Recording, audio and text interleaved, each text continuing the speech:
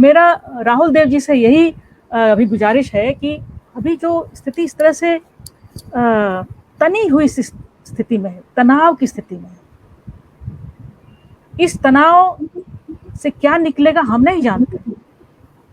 हमें लगता है कि शायद हमारा लोकतंत्र ही ना बचे, हमें ये डर सा लगा रहता है, ठीक है ना।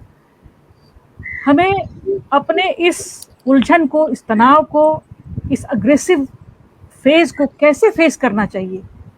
हम सिर्फ कोई एक हम नागरिक हैं, हम कोई एक सरकार नहीं बनाते, सरकारें आती हैं जाती हैं, हम नागरिक बने रहते हैं।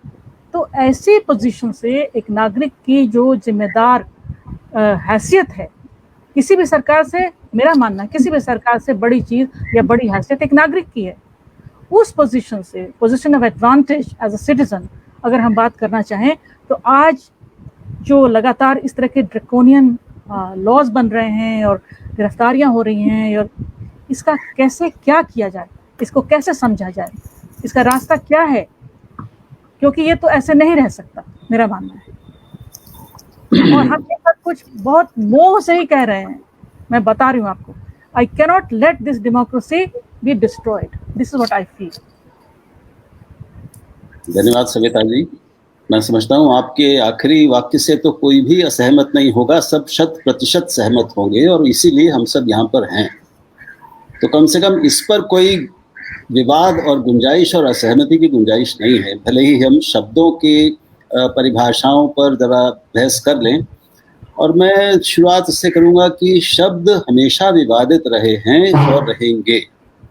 भाषा, शब्द, परिभाषाएं और उनकी व्याख्या हमेशा विवादित रहे हैं और आगे रहेंगे। न कोई ऐसा समय था, ना है, ना होगा जब अपने कानून को ले लीजिए, संविधान को ले लीजिए, या अपने धार्मिक कानूनों को ले लीजिए, या अपने संस्कृति के किसी पक्ष को ले लीजिए, या साहित्य की किसी बात को ले लीजिए, जब कोई भी एक परिभाषा अविवादित हो, यानी सबको 100% स्वीकार्य हो, ऐसा संभव नहीं। तो हमें यह स्वीकार करना चाहिए कि लोकतंत्र में लोकतंत्र का एक मतलब ये भी है कि वैचारिक लोकतंत्र, वैचारिक बहुलता, जिसमें परिभाषाओं की बहुलता वो भी शामिल है। कोई एक परिभाषा किसी भी एक बड़े सत्य की नहीं हो सकती, चाहे वो लौकिक सत्य हो, राजनीतिक सत्य हो, या आध्यात्मिक सत्य, और हम पाते हैं ऐसा कहीं नहीं रहा है। तो ये मैं फरहान ने आई कैनॉट मैच हर इलोक्वेंस। फरहान ने बहुत बहुत खूबसूरत तरीके से बात की, और मेरे लिए ये बहुत अहम बात है कि वो हमारे दोस्त सईद नकवी की बेटी हैं, ये मुझे आज पता चला। तो बहुत बहुत अच्छी बात, बहुत सुंदर बातें उन्होंने कही। तो देखिए, कानून और दुष्यंत जी यहाँ पर हैं, तो हमारे हर अदालत में, विशेष तौर पर उच्च न्यायालय और सर्वोच्च न्यायालय में दिन रात होता क्या है? संविधान और कानूनों की व्याख्या, दुर्व्याख्या और पुनर्व्याख्या, यही तो होती है। तो हमें ना तो व्याख्या से, व्याख्याओं की बहुलता से डरना चाहिए, और जो व्याख्या है तो दुर्व्याख्या होगी ही, और पुनर्व्याख्या की जरूरत हर समय, हर चीज के लिए रहती है और रहने वाली है। हमारे संविधान की कितनी पुनर्व्याख्याएं हो चुकी हैं, हमारे मूल अधिकारों की भी व्याख्याएं और पुनर्व्याख्याएं हो चुकी हैं, दुर्व्याख्याएं भी हो चुकी हैं। तो इसलिए मैं इसको यूं देखता हूं कि ये चाहे वो मुखालफत हो यानी विरोध, और वो बगावत हो यानी विद्रोह हो, इसके बीच में मैं एक शब्द और जोड़ना चाहूँगा। जहाँ विचार है, यानी स्वतंत्र विचार, वहाँ विरोध भी होगा, वहाँ विद्रोह भी होगा। तो ये तीनों एक साथ चलने वाली चीजें हैं। अब बात लोकतंत्र की आपने की कि कहाँ जा रही है, हम क्या करें। अब ये तो एक बहुत बड़ा सवाल है, क्योंकि पहले देखना पड़ेगा कि हम किन वजूहात से यहाँ पहुँचे हैं, और तब तय कर पाएं कि अब आगे किधर चलें और कैसे चलें। उसी में अपने आप अनंत व्याख्याओं की गुंजाइश, और हम जानते हैं कि वो होती रहती है। अलग अलग दृष्टियां हैं, हमेशा रही हैं, आज भी हैं और आगे भी रहेंगी। चाहे वो राज्य की प्रकृति का सवाल हो, नागरिक की प्रकृति का, लोकतंत्र की प्रकृति का, आप उसको नव उदारवाद कह लें, आप उसको पूंजीवाद कह लें, आप उसको समाजवाद कह लें, साम्यवाद कह लें, इन सब की भी व्याख्याएं, को व्याख्याएं, पुनर्व्याख्याएं हुई हैं और ये होती रहेंगी। इसलिए और विद्रोह और विचार, ये भी शब्द ऐसे ही हैं, विरोध भी शब्द। तो इन सब में मुझे किसी भी तरह की व्याख्या, दुर्व्याख्या, पुनर्व्याख्या से समस्या नहीं है। वो मनुष्य की प्रकृति में शामिल है और वो हमारी व्यवस्था की प्रकृति में शामिल है, हमारी सामाजिक व्यवस्था और राजनीतिक व्यवस्था में। अभी जो चिंताजनक बातें जो हमें लोकतंत्र के भविष्य पर शंकित कर रही हैं, यानी आपको अगर डरने लगा कि लोकतंत्र हमारा बचेगा भी कि नहीं, ये डर कम से कम मुझे नहीं है।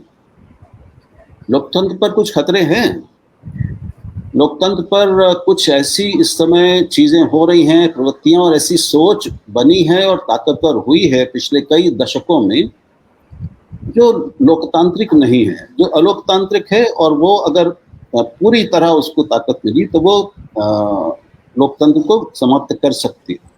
लेकिन मैं समझता हूं कि अगर हम अपने समाज को ठीक से समझते हैं और उसकी बुनियादी अंतर्निहित लोकतांत्रिक प्रवृत्तियों को समझते हैं, उसके स्वभाव को समझते हैं, प्रकृति को समझते हैं, तो कम से कम इस खतरे में हमें नहीं पड़ना चाहिए कि हमारा लोकतंत्र क्या खत्म हो जाएगा कभी। मुझे नहीं लगता कि ऐसा होने वाला है, आज की दुनिया में नहीं।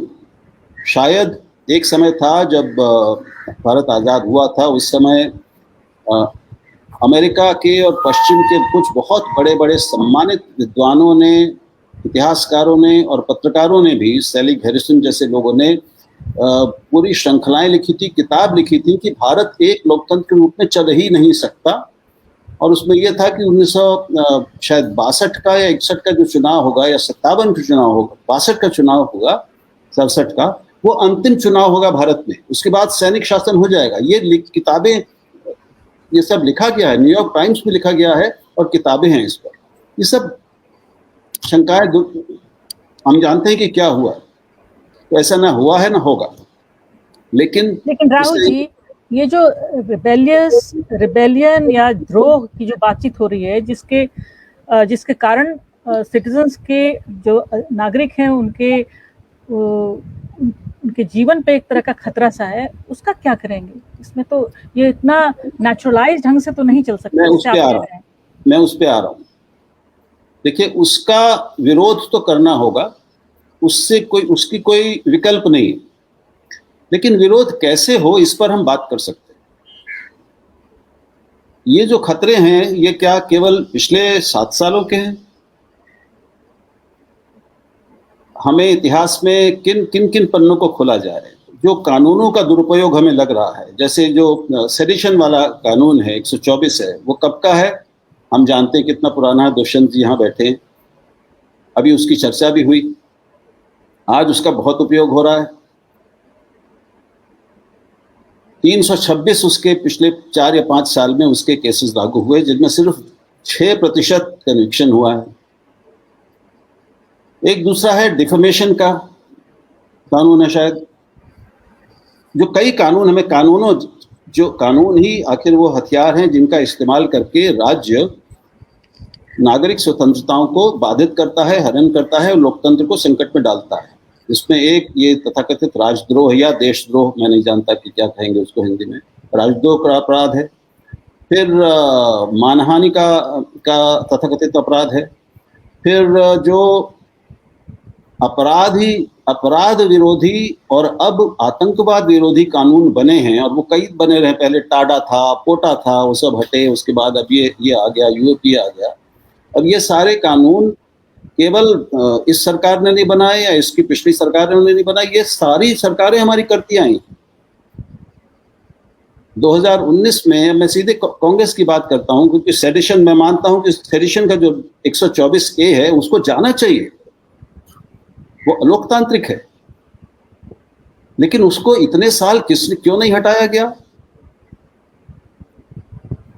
मानहानि के कानून जो हैं वो इतने साल से बने हुए हैं, 499, वो 70 साल 72 साल में क्यों नहीं हटाए गए, क्यों नहीं बदले गए, उनको लोकतांत्रिक क्यों नहीं बनाया गया? यूएपीए के जो पिछले संस्करण थे, नोटा और टाडा और ये सब जो थे, मीसा था, ये इन सब को कौन लाया था? तो मैं पाता हूँ, अभी चर्चा हुई ममता बनर्जी की, ये ठीक है कि अभी इस सरकार में संख्या बढ़ गई है राजद्रोह के तहत गिरफ्तार किए जाने वाले लोगों को, जिनमें से नताशा भी शामिल है। उस पर सुप्रीम कोर्ट ने, उस पर हाई कोर्ट ने जो जबरदस्त बात कही है, उसका तो अभिनंदन करना मैं भी करता हूं, और सुप्रीम कोर्ट ने भी उसको स्वीकार किया है, हालांकि वो थोड़ा से असहमति उसने जताई है, हाई कोर्ट ने जो कहा नताशा और उनके 2 साथियों के मामले में। लेकिन अभी 2000, ये अभी पिछले 4-5 साल पहले की बात है, जब एक जादवपुर यूनिवर्सिटी के एक प्रोफेसर को हमारी ममता बनर्जी जो मुख्यमंत्री उस समय थी, उनका एक कैरिकेचर को फॉरवर्ड करने के चक्कर में गिरफ्तार कर लिया गया था। ये किसने किया? अभी कल की खबर है कि तमिलनाडु की सरकार ने कई मीडिया संगठनों पर, मीडिया संस्थानों के खिलाफ जो 90 मानहानि के मुकदमे दाखिल किए गए थे 2012 से लेकर आज तक, उनको कल हटाया गया है, वापस ले लिया। और राजनीतिक विरोधियों के खिलाफ 120 मुकदमे थे मानहानि के, वो भी तमिलनाडु सरकार ने अब वापस किए हैं। वो लगभग 9 साल से चल रहे थे। ये तो इस पार्टी, इस सरकार ने नहीं किया। तो कई ऐसे कानून हैं जो आप पाते हैं कि वो यूपीए के दौरान लाए गए, कुछ एनडीए ने लाया या उसको आगे बढ़ाया। तो ये एक चीज मैं समझता हूं कि जो राज्य है उसकी एक अपनी प्रकृति होती है, जो भी उस जगह पर आता है उसमें कुछ प्रवृत्तियां जग जाती है। मैं इमरजेंसी की तो बात ही नहीं कर रहा हूं अभी, वो अध्याय अलग है, मैं उसको छोड़ देता हूं, लेकिन वो हुआ है। उसके बावजूद आज हम यहाँ हैं और मुझे विश्वास है कि हम रहेंगे। अभी हम क्या करें, हमें विरोध करना है, लेकिन जो एक बहुत बड़ी कमी इस समय इस सारे, एक तरफ तथाकथित लेफ्ट लिबरल, दूसरी तरफ राइटिस्ट यानी दक्षिणपंथी और वामपंथी और उदारवादी। अब ये उदारवादी शब्द लेफ्ट के साथ क्यों जुड़ा है मैं नहीं जानता, क्योंकि मुझे इससे समस्या होती है। लेकिन ये जो परिभाषाएं भी हैं, और ये ज्यादातर परिभाषाएं भी हमने, क्षमा कीजिएगा, पश्चिम से ली हैं, और अंग्रेजी वालों के कारण भी बहुत सा भ्रम पैदा हुआ देश में। जिसमें एक शब्द है सेकुलर, उसको लेकर भी बहुत भ्रम पैदा हुआ है। तो हम अक्सर, हमारे जैसे लोग भी जब बात करते हैं तो हम धर्मनिरपेक्ष बोल देते हैं, जबकि संविधान में पंथ निरपेक्ष है। दोनों में बहुत बड़ा अंतर है भारत में। इन परिभाषाओं और शब्दों में हमें बहुत ज्यादा सावधानी की जरूरत है। एक शब्द है हिंदुत्व। अब ये हिंदुत्व शब्द, ये अंग्रेजी वालों ने सावरकर से उठा के, एक सावरकर की जो एक राजनीतिक परिभाषा सावरकर ने दी, या उन्होंने राजनीतिक रूप देने का किया, इसको कोशिश, हिंदुत्व। मैं जब हिंदुत्व कहता हूं तो वो अंग्रेजी के हिंदुइज्म की हिंदी है। लेकिन मैं पाता हूं कि हमारे जो अंग्रेजी वाले मित्र हैं, वो जब हिंदुत्व कहते हैं तो मेरे जैसे हिंदी वाला और भारतीय भाषा वाला वो थोड़ा भ्रमित हो जाता है कि ये, क्योंकि हिंदुत्व यानी हिंदुइज्म तो ऐसा नहीं है। तो ये भी, तो भाषा का मामला भी बहुत गंभीर है, और मैं फराह से कहूंगा कि इन बातों में हमें थोड़ा ज्यादा सावधानी की जरूरत है भाषा के प्रयोग में। जो एक चीज नहीं हो रही है, जो लोकतंत्र की बुनियाद है, वो ये है कि सारे परस्पर विरोधी पक्षों के बीच में एक खुला और ईमानदार और गरिमापूर्ण संवाद होना चाहिए। वो संवाद लोकतंत्र की आत्मा है, चाहे वो संसद के भीतर हो या वो सड़क पर हो। दुर्भाग्य से पिछले कई दशकों में हमारे समाज में भी वो संवाद टूटा है, और हमारी राजनीति में भी वो संवाद टूटा है, और राज्य की ताकतों यानी सरकार और विपक्ष के बीच में भी सच्चा संवाद टूटा है। उसके लिए केवल एक ही पक्ष दोषी है, ये मानने से काम चलेगा नहीं, क्योंकि जो फिर तो वही होगा जो अभी संसद में हम देख रहे हैं। तो हर टकराव, हर ठहराव और जटिलता का एक ही तरीका है लोकतंत्र में, केवल संवाद। संवाद धीमा होता है, धीरे धीरे असर करता है, लेकिन गांधी जी ने अगर हमें कुछ सिखाया है तो वो यही कि वो दो टूक निडर होकर दोनों पक्षों से या तीन जो भी पक्ष होते थे उनसे वो बात करते थे, बिना द्वेषपूर्ण हुए, घोर विरोधी होने के बावजूद, घोर वैचारिक विरोध होने के बावजूद उन्होंने कभी किसी को किसी अपने विरोधी को भी उनको साथ रखा। देखिए, अब मैं फिर इतिहास में नहीं जाऊंगा, आप जो 47, 48, 49 के आसपास जो देश में हुआ, जो हिंदू मुस्लिम दंगे हुए, उसमें गांधी जी की भूमिका को देखिए। तो हमें लौटाने की जरूरत है और शुरू करने की जरूरत है हर स्तर पर, हर मंच पर, ये सभी आपस में लड़ रही वर्गों, पक्षों के बीच में संवाद की। वो संवाद बना रहेगा तो हम इन प्रवृत्तियों से लड़ भी लेंगे, क्योंकि जो हर चीज का देखिए उत्थान और पतन होता है। आज जो हमें उरूज पर जाते हुए दिख रही हैं, जो ताकतें दिख रही हैं, वो कभी नीचे आई हैं, क्योंकि पहले भी ऐसा हुआ है, आगे भी होगा। सब एक ही स्तर पर, मतलब उत्कर्ष के सभी एक ही स्तर पर नहीं रहते, कोई राजनीतिक सत्ता नहीं रहती। तो मुझे उस भविष्य में और अपने लोकतंत्र के भविष्य में और भारत के समाज के जो एक अंतर्निहित जन्मजात उसकी समझ है, उस पर मुझे भरोसा है।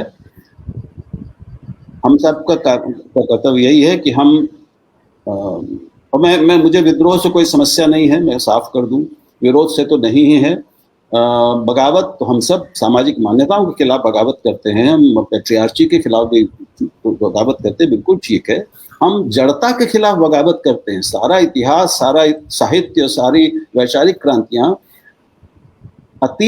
जड़ अतीत के खिलाफ बगावत ही रही है। तो बगावत में कोई समस्या नहीं है, जब तक वो हिंसा में तब्दील नहीं होती, जब तक वो देश विरोधी शक्तियों के साथ ताक को मजबूत नहीं करती। और अंतिम बात, देश के लिए अभी भारत विरोधी कुछ शक्तियां हैं, कुछ संगठन हैं, कुछ लोग हैं जो भारत पर हमला करना चाहते हैं, कर रहे हैं, भारत के खिलाफ हैं, भारत को कमजोर करना चाहते हैं। अगर इसके बारे में किसी को शक है तो फिर बात दूसरी हो जाएगी। तो आतंकवाद एक सच्चाई है, उसके पीछे कुछ शक्तियां हैं, उनसे देश को और नागरिकों को बचाना भी है, लेकिन अपने लोकतंत्र और अपने नागरिकों की एकजुटता को, समरसता को बनाए रखते हुए बचाना। धन्यवाद। शुक्रिया राहुल जी, आपसे कोई असहमत नहीं होगा आपकी अंतिम बात से। मुझे वीरेंद्र डंगवाल की एक कविता जो अंतिम समय में उन्होंने लिखी थी कि इस देश को सिर्फ एक बड़े ओहदे पे पहुंचा हुआ आदमी ही प्रेम नहीं करता, इस देश को एक रिक्शे वाला भी प्रेम करता है। जो बेंच पे सबसे पीछे बैठा है उसको भी ये देश उतना ही प्रिय है। तो इसीलिए परिभाषा गढ़ करके कोई दूसरे लोगों की परिभाषा को निरस्त करे, इसको भी हमें बहुत ध्यान से देखना है। दूसरी बात राहुल जी कि ये जो पारंपरिक ढंग से सोचने की जो पद्धति जो हमारे हिंदुस्तान में है कि ऐसे होता रहा है और होता रहेगा और चीज़ें आती रहेंगी और जाती रहेंगी, ये सब ठीक है क्योंकि ये तो नेचुरल प्रोसेस में चीज़ें होती हैं। लेकिन जो हमारा अभी तात्कालिक हमारी जो स्थिति है उसमें बहुत बेचैनी है, मैं आपको सही बताऊं। और मुझे ऐसा लगता रहता है कि अगर इंटरवेंशन नहीं हुआ, अगर परिभाषाओं को फिर से पुनर्परिभाषित न करने की हम बहुत तीक्ष्ण कोशिश ना करें, यानी कि मुतमईन होकर के नहीं, बहुत ही एक्टिव होकर के हमें रीडिफाइन करना होगा। ये स्टेप्स गलत जा रहे हैं, इनको you take it back, we have to come to a ground where we can actually have that dialogue जो आज जिसकी बात आप कर रहे हैं। मुझे तो लगता है कि एक खाई सी बन रही है जहाँ पर डायलॉग संभव नहीं है। लोग तो सड़कों पर जब औरतें आई, जब अधिक इसके सीए का जब चल रहा था तो वो तो गुजारिश करते रहे कि हमसे बात कीजिए, कोई नहीं आया बात करने। आप समझ रहे हैं? तो कहने का मतलब है कि एक खास तरह की स्थिति है जिसमें डायलॉग को दोनों पक्ष नहीं चाह रहे हैं, डायलॉग दोनों के लिए वैल्यूबल नहीं रह गया है, तभी तो ये प्रॉब्लम आ रही है। और मैंने आपको बताया, आप राजनीति शास्त्र का बेसिक टेक्स्ट उठा के देखिए कि जब ऐसी स्थिति आती है तो एक तरह की बगावत की स्थिति बनती ही बनती है। और आखिर में देखिए जो राज्य है उसकी पूरी शक्ति जनता की शक्ति होती है। एक थियरी है जिसके बारे में आपने कहा और मैं उससे सहमत हूँ, वेस्ट में ये बहुत इसने काम किया है, उनका कॉलोनियलिज्म इसी थियरी पर टिका हुआ था कि state has its own region, रेजों देता। लेकिन हम बहुत सारे लोगों का ये मानना है कि स्टेट का अलग से कोई रीजन नहीं होना चाहिए। वो जनता की शक्ति हमारे नेचुरल राइट्स को लेकर के पैदा हुई है, ये शक्ति, ये सॉवरेनिटी। तो अलग से इसका माइंड क्या हो सकता है जो इतना सीक्रेसी में हो, जनता को पता नहीं चले कि उसके खिलाफ काम हो रहा है या उसके फेवर में हो रहा है ना। तो आप देखिए कि उस तरह के जो एक्ट्स हैं जिसमें ट्रांसपेरेंसी सरकार से मांगी जाती है, जो हमारे देश में कुछ समय तक काम भी करती रही है, आज अगर आप देखेंगे तो हर बार लौटा दिया जाता है जब इंफॉर्मेशन एक्ट ट्रांसपेरेंसी के लिए मांग करते हैं लोग।